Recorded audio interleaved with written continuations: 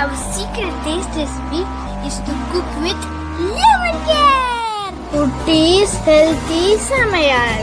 Hello friends, welcome to Kutties Healthy Samayal. Be positive, be healthy. நம்ம சேனலை subscribe பண்ணாதவங்க subscribe பண்ணிவிட்டு பக்கத்தில் இருக்க பெல் பட்டனை கிளிக் பண்ணிக்கோங்க. ஆல் ஆப்ஷனை கிளிக் பண்ணுங்கள். அப்போ தான் நாங்கள் போடுற எல்லா வீடியோஸோட நோட்டிஃபிகேஷன்ஸ் உங்களுக்கு வரும். இது வரைக்கும் சப்ஸ்கிரைப் பண்ண எல்லாருக்கும் தேங்க்யூ ஸோ மச். நாம் இன்றைக்கி ரொம்பவும் டேஸ்டியான சாஃப்டான கேரமல் கேக் எப்படி செய்யுதுன்னு பார்க்க போகிறோம். ரொம்பவும் சிம்பிளானதான், அதே போல் ஹெல்த்தியாக இருக்கணுன்றதுக்காக கோதுமை மாவில் தான் இன்றைக்கி நாம் செய்ய போகிறோம். அது மட்டும் இல்லை, முட்டையும் நாம் இதை ஆட் பண்ணல, அவனும் தேவையில்லை.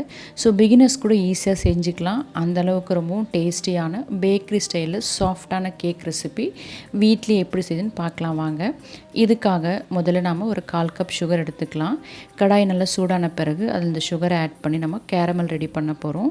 சுகர் கரையிறதுக்காக 2 ஸ்பூன் அளவுக்கு தண்ணி ஆட் பண்ணியிருக்கேன். தண்ணி ஆட் பண்ணாமல் கூட நீங்கள் கரைச்சிக்கலாம். சுகர் கரைஞ்ச பிறகு இது போல் நமக்கு ப்ரௌனாக இருக்கும். அந்த ஸ்டேஜில் ஒரு 1/4 கப் அளவுக்கு தண்ணி ஆட் பண்ணிக்கலாம். ப்ளைன் வாட்டர் ஆட் பண்ணும்போது நமக்கு கொஞ்சம் கட்டி தட்டின போல் இருக்கும். நீங்கள் தொடர்ந்து மிக்ஸ் பண்ணிங்கன்னா நல்லா கரைஞ்சி நமக்கு சிறப்பாகிடும். அதே போல் நல்லா டார்க் ப்ரௌனாக வரும். இது கொஞ்சம் திக்காகிற வரைக்கும் ஒரு 3 மினிட்ஸ் அளவுக்கு நீங்கள் மீடியம் ஃப்ளேமில் வச்சு கரைச்சி விட்டாலுமே நமக்கு திக்கான சிரப் கிடச்சிரும். இப்போ நம்மளோட கேரமல் சிரப் ரெடி ஆகிடுச்சு. ஸ்டவ் ஆஃப் பண்ணி இதை ஆற வச்சுக்கலாம். அது இருக்கட்டும். அடுத்ததாக ஒரு மிக்ஸி ஜாரில் 1/3 கப் அளவுக்கு சுகர் எடுத்துக்கிறேன். அதாவது 1/2 கப்புக்கு கொஞ்சம் குறைவாக இருக்கும். ஆல்ரெடி நம்ம கேரமல் சிரப் ரெடி பண்ணியிருக்கோம். ஸோ இந்த அளவே நமக்கு கரெக்டாக இருக்கும். இது கூடவே 1/4 கப் அளவுக்கு குக்கிங் ஆயில் ஆட் பண்ணிக்கிறேன். அது கூடவே 1/4 கப் அளவுக்கு புளிக்காத தயிர் ஆட் பண்ணிக்கலாம்.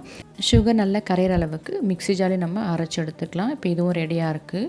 அடுத்ததாக 1 கப் அளவுக்கு கோதுமை மாவு எடுத்துக்கலாம். இது ஜலிச்சு தான் வச்சுருக்கேன். ஸோ அப்படி எடுத்துக்கிறேன். இது கூடவே 1 ஸ்பூன் அளவுக்கு பேக்கிங் பவுடரும் 1/2 ஸ்பூன் அளவுக்கு பேக்கிங் சோடாவும் ஆட் பண்ணி நல்லா நம்ம மிக்ஸ் பண்ணி விட்டுக்கலாம். அடுத்ததாக நம்ம மிக்ஸியில் அரைச்சி வச்சுருக்க அந்த லிக்விட் ஆட் பண்ணிக்கலாம். அதாவது தயிர், எண்ணெய், சர்க்கரை சேர்த்து அரைச்சிருக்கோம் இல்லையா, அதை நம்ம இதை ஆட் பண்ணி நல்லா மிக்ஸ் பண்ணி விட்டுக்கலாம். இதை ஆட் பண்ண பிறகு இது கூடவே 1 ஸ்பூன் அளவுக்கு வெனிலா எசன்ஸ் ஆட் பண்ணிக்கலாம். வெனிலா எசன்ஸ் ஆட் பண்ண பிறகு ஜென்டலாக நம்ம மிக்ஸ் பண்ணி விட்டுக்கலாம். அடுத்ததாக எடுத்து வச்சுருக்க கேரமல் சிரப்பையும் இதோட ஆட் பண்ணிக்கலாம். இதெல்லாம் ஆட் பண்ண பிறகு நம்ம ஜென்டலாக மிக்ஸ் பண்ண பிறகு தான் இன்னும் நமக்கு எவ்வளோ பால் தேவைன்னு தெரியும். இப்போ நமக்கு ரொம்ப திக்காக இருக்குது பேட்டர். ஸோ நம்ம கொஞ்சம் கொஞ்சமாக பால் ஆட் பண்ணி நல்லா மிக்ஸ் பண்ணி விட்டுக்கலாம். எனக்கு இன்றைக்கி 1/4 கப்பு கொஞ்சம் குறைவாக தான் தேவைப்பட்டது. நாம் எடுக்கிற மாவை பொறுத்து தான். ஸோ நீங்கள் பால் கொஞ்சம் கொஞ்சமாக ஆட் பண்ணி மிக்ஸ் பண்ணி விட்டுக்கலாம். இந்த கன்சிஸ்டன்சி தான் நமக்கு கரெக்டாக இருக்கும். அடுத்ததை நாம் கொஞ்சமாக பாதாம் சாப் பண்ணி வச்சுருக்கேன். அதையும் நம்ம ஆட் பண்ணி மிக்ஸ் பண்ணி விட்டுக்கலாம். உங்களுக்கு விருப்பப்பட்ட நட்ஸ் இதில் ஆட் பண்ணிக்கலாம். நான் இன்றைக்கி பாதாம் தான் ஆட் பண்ணுறேன். இது மிக்ஸ் பண்ண பிறகு ஆல்ரெடி நான் ஒரு பாத்திரத்தை க்ரீஸ் பண்ணி வச்சுருக்கேன். அதாவது ஆயில் அப்ளை பண்ணி கொஞ்சமாக கோதுமை மாவு ஸ்ப்ரெட் பண்ணி வச்சுருக்கேன். அதில் நம்ம கேக் பேட்டர் ஆட் பண்ணிக்கலாம். ஆட் பண்ண பிறகு நல்லா இது போல் டேப் பண்ணி விட்டுக்கோங்க. அப்போ தான் நமக்கு ஏர் பபிள்ஸாக ரிலீஸ் ஆகும். டேப் பண்ண பிறகு அது மேலேயும் கொஞ்சமாக பாதாம் நான் ஆட் பண்ணிக்கிறேன். இது இன்னும் நமக்கு டேஸ்ட்டாகவும் இருக்கும், பார்க்குறதுக்கு அட்ராக்டிவாக இருக்கும். நீங்கள் விருப்பப்பட்ட நட்ஸ் ஆட் பண்ணிக்கலாம், இல்லை வேண்டாம் நீங்கள் இதை ஸ்கிப் பண்ணிக்கலாம். இப்போ நம்மளோட கேக் பேட்டர் ரெடியாக இருக்குது. இதை ஆல்ரெடி ப்ரீ ஹீட் பண்ணி வச்சுருக்க குக்கரில் ப்ளேஸ் பண்ணிக்கலாம். 10 மினிட்ஸ் நம்ம ப்ரீ ஹீட் பண்ணால் போதும். இதில் ப்ளேஸ் பண்ணி 35 to 40 மினிட்ஸ் நம்ம பேக் பண்ணால் நம்மளோட கேக் ரெடி ஆகிடும். இது போல் டூத் பிக்கோ இல்லை நைஃபோ வச்சு செக் பண்ணும்போது ஒட்டாமல் வரணும். நம்மளோட கேக் சூப்பராக ரெடி ஆகிடுச்சு. இதை இப்போ நம்ம ஒரு பிளேட்க்கு சேஞ்ச் பண்ணிக்கலாம்.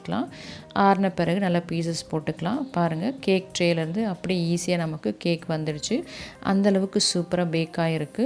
பார்க்கும்போதே அவ்வளோ அட்ராக்டிவாக இருக்குது. அதே போல் தான் டேஸ்ட்டும் செம்மையாக இருந்தது. சாஃப்டான பேக்கரி ஸ்டைலில் கேரமல் கேக் வீட்லேயே ரெடி ஆகிடுச்சு. கேக் கட் பண்ணும்போதே பாருங்கள் எவ்வளோ சாஃப்டாக இருக்குது. உள்ளவும் அந்த டெக்ஸ்சர் பாருங்கள் எவ்வளோ சூப்பராக இருக்குது. இன்றைக்கி நம்ம இந்த கேக் கோதுமை மாவில் தான் செஞ்சுருக்கோம். ஸோ சின்ன பிள்ளைங்களுக்கும் தாராளமாக கொடுக்கலாம். ஈவினிங் டைமில் இது போல் செஞ்சு கொடுக்கும்போது பிள்ளைங்க வெளியில் எதுவுமே கேட்க மாட்டாங்க. அந்தளவுக்கு டேஸ்டியான ஹெல்த்தியான கேக் தான்.